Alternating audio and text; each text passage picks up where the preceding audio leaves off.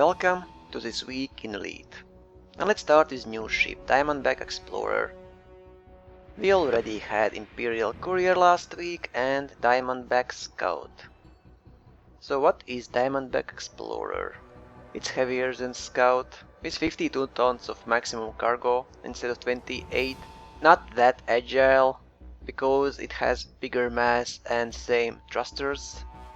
The jump range is better, and instead of 2 small 2 medium hardpoints, it has 1 large and 2 medium. This is a long-range combat and exploration leaning craft sitting somewhere between the Cobra and the Asp. Yes, there are 2 Diamondbacks. Diamondback Explorer is the ship we showed in concept art back in April, and the Diamondback Scout is a cut-down, cheaper ship. The 2 ships are quite different, even though they share some components. They will count separately, so 1 less ship for us to play. There's also news for anyone who was afraid of 10% module sale penalty. There should be a cost to this, but that is for another day. We will be reversing this change shortly, so you can sell your modules without 10% penalty. How long it will be, nobody knows, so use it while it lasts. Finally, we can see the images of all 10 powers. There already are weird discussions going on forums. Was power release rushed out? Yes. Are there any game-breaking bugs? Not really, but there are enough of small, medium bugs. In example, you can't see benefits of several rankings even if you pledge to power. You can't see full stats of power. When you try to open system map, it just gets stuck. There's also an exploit where you can buy commodity and then sell at same station with huge profit, making millions every minute. It should be fixed by now. But what I did not like at all regarding powers is that it's really a shame. You are better off without picking any power. Because if you do not pledge to any power, you can use all 10 power passive benefits. In example, you can buy Imperial slaves or high valued goods at 20% discount. You can use black markets with 25% increased profit. You can get 10% discount on any weapon, or even 15% on any module in outfitting, or like that. But if you do pledge to any power, you will most likely be hostile with many others, and you will be stuck with your power and its benefits. By smuggling Imperial slaves, you can get 8, 10, 11,000 per ton profit.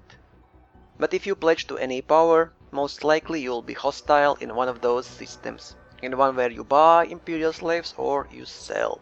So as you see, it's really a shame. Powers are nice addition, and the initial idea is very good, but by allowing you to use benefits of 10 powers without pledging, developers actually encourages players not to join any power. I hope it will change, because now it doesn't make any sense.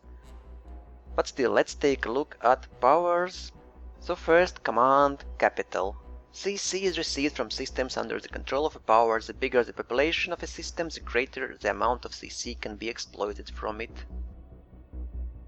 Power play will be done in cycles. 1 cycle takes 1 week. So when you earn merits by doing power specific stuff, you will see result only after next update. Control effects. When a power controls or exploits a system, it also applies 1 or more control effects to the systems. Control effects are varied and dependent on power, like shutting down all black markets, increasing penalties for criminals, or legalizing specific commodities. Also, a control system automatically collects CC income from all nearby systems within a 15 light-year radius. These systems become exploited systems. And pledging support. You can increase this rating by successfully completing preparation, expansion, fortify and undermine tasks. And the fun part is that some of those cancel each other. And there are minimum requirements of reaching a goal, and if both goals are reached, one cancels another. So basically you are wasting your time. The amount of merits earned by all supporters is used to determine who should increase or decrease in rating. Effect of merits is reduced over time, so you need effectively supported power to ensure the best rating possible each cycle. So every week you will keep half of your previous week merits, and if you are ranking 5, then you have 10,000.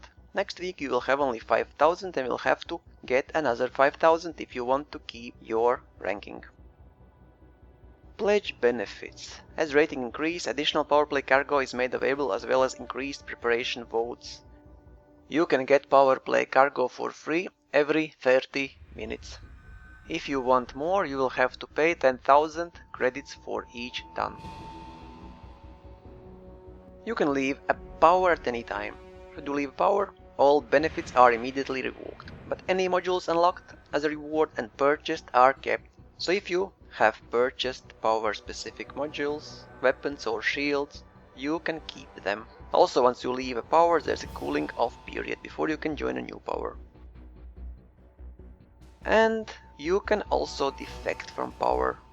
Doing so allows you to carry over an amount of merits from your old power, usually a half.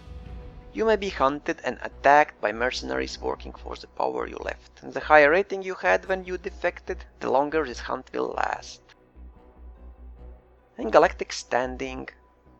At the end of each cycle, which lasts 1 week, the galactic standing of currently active powers is calculated, allowing the powers to be ranked relative to each other.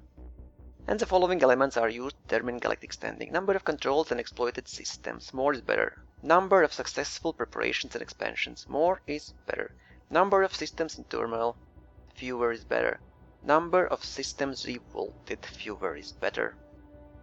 And if your power is number 1, you can get more benefits depending on power. Some powers have 5% trade dividends paid, but if they finish in previous cycle number 1, you will have 20% dividends. Or you have 10% weapon discount. If the power will finish number 1, this discount will be 30%. And powers can collapse. A power that is in the bottom 3 ranks of galactic standing list is at risk of collapsing and vanishing altogether. The more cycles a power is ranked in the bottom 3 and fails to expand, the more likely it will collapse. Supporters of collapsed power are freed from service. So nothing is set in stone. If you do not support your power properly, you can lose it forever. And that's just a small part from what we have now. Below this video will be all links, including download link for this help. And if you are interested in joining power, you should read it through.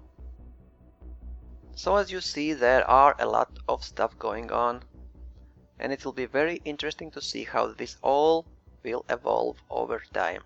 For now it's very rough.